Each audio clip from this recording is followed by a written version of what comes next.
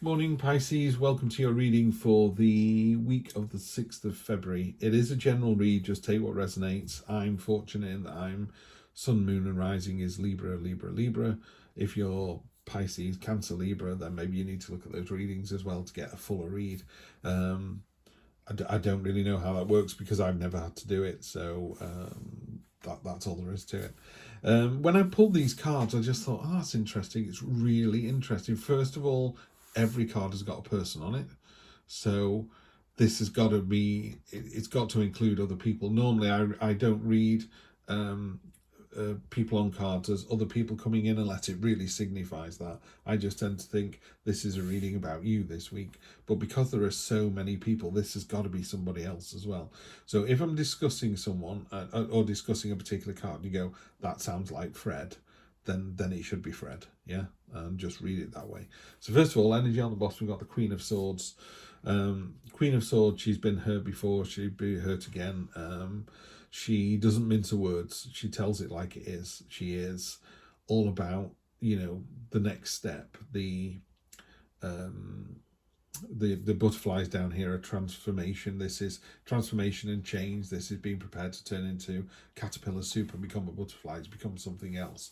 So she's willing to move onwards and upwards, but one of these swords is actually impaled through her hand, so she is aware of the hurt that has been caused, either to her or by her to other people. She's got a crown of swords that every day she puts it on is just as likely to cut her as make her look fabulous. So she knows that she can be a bit cutting with the words, kind of person that when you meet them and you haven't met them for 3 or 4 months, you go, wow, you've put some weight on. And in fact, they don't even say, wow. In fact, they could do. They go, wow, you put some weight on. In their head, they're thinking, and you look so much better for it. They just go, wow, you put some weight on. You go, you cheeky bastard. What are you telling me that for? And they're just like, what? It is. It's a bit like looking out the window going, it's raining. They wouldn't think any more of saying it's raining than you're fat. Or, you get those children who go, that man's got a big nose. And you go, shush. Well, he has. He knows he has. He's got a mirror. So that's the energy this week, that kind of blunt truthfulness that's coming through. Not in a bad way. You're not upsetting anyone with this. You just, well, maybe you are upsetting them, but that's their loss. You're not doing it to upset them. You're not doing it out of a sense of mischief. It's just, somebody goes, does my bum look big in this? You go, it does, unfortunately. You're like, what? So it's just that kind of conversation this week. So we start off with the Knight of Swords. I never know why he's going backwards. So to me, it's the Knight of Swords is all about momentum. It's all about courage, tenacity, drive, focus, movement. Something going on. Look at all these messages behind him. It's a speedboat in a pond. So that's you at the moment, the very frenetic kind of energy. And then the expectation is that you're going to have to continue that. You're going to have to cut through the red tape.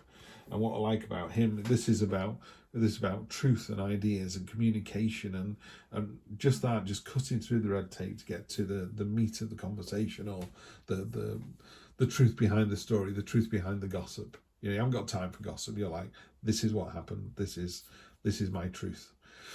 In the unexpected position, you've got the Chariot, which is a victory of your own making. Now, there's an argument that, are you heading towards a victory, or are you celebrating the victory that you've had?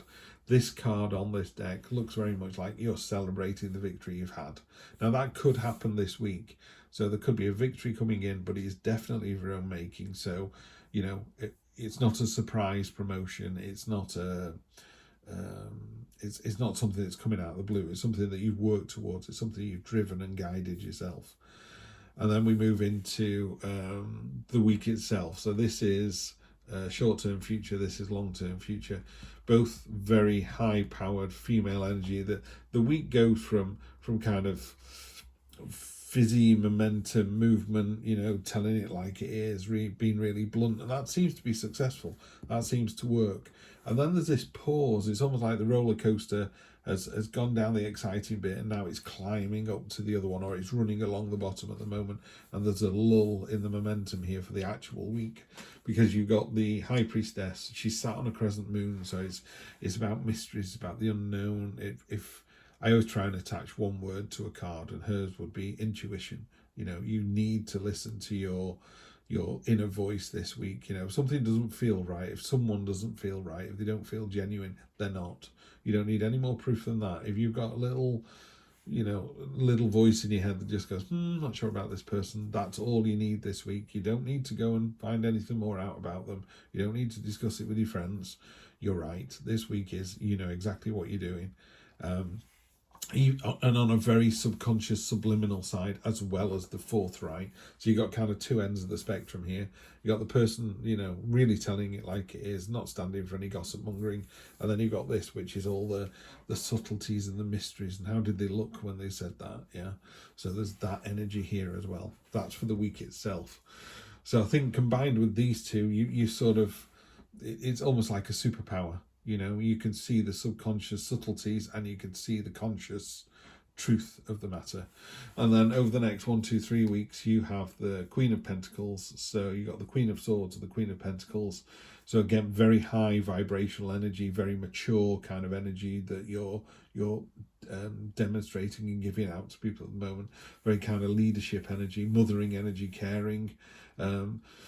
And again, if I was to describe this as briefly as I could, it's a safe space. Queen of Pentacles provides a safe space. So the universe is going, do you know what? You can say what you want because you know it's true and it's leading towards a victory. So all of this stuff is kind of building and building and building. It's a great week for you. It really is. So this is looking fantastic. Let's get this clarified. So we have the Star card. Love that. Two of Cups. Could be about relationships. King of Pentacles to go with the Queen. Two of Pentacles, stay flexible. And the Knight of Pentacles, because we do like to slow everything down, don't we?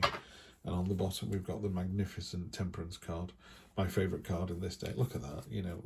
Temperance is about balance. You could not have drawn that any better. Heidi's knocked that one out of the park. That's my favourite card in this deck. Just tremendous. So you've got that as a sort of, I don't tend to read the bottom of the cards on the, there's no reason why not to, by the way, but there you go. So you got Temperance as well. So your present position, you've got the Star card, you know, naked because this is about being honest and authentic and unashamed and nothing to hide. But what I really like about this particular card is the mirroring. She's pouring water onto the land and into the pond and into the pool, and it's about, there's a couple of things with the Star. The Star card is, well, there's lots of things actually.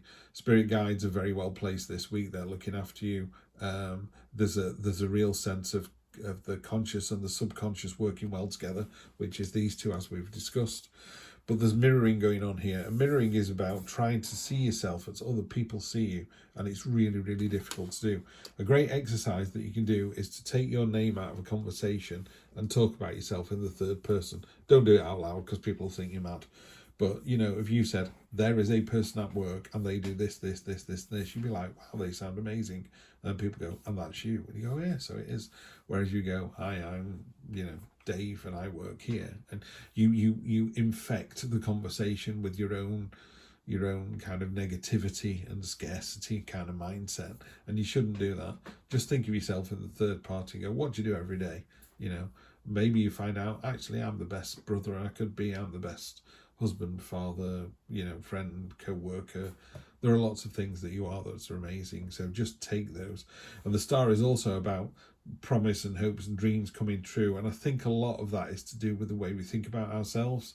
You know, you've got to imagine yourself living a happy, abundant life to live a happy, abundant life. Otherwise, you could win the lottery and just be rich and miserable. You know, you need to think. You need to be the change in the world that you want to see. You need to be the better person.